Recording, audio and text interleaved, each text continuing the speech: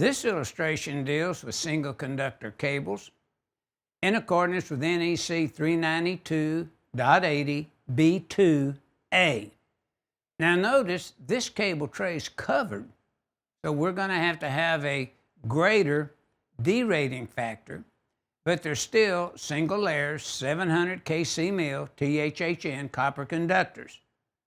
So step one, we're going to reference table 310.17, and in the 90-degree column, the 700 kc mil, once again, is 855.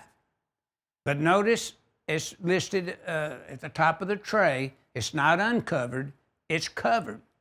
So 392.80, B as in boy, 2 little a, requires 70% now for adjustment factors, time 855, and you come up with 598.5. So in the solution, the answer is the ampacity for the 700 kc mil is 598.5. And that's what this illustration is illustrating, that it's 70% instead of 75% because the cable tray is covered.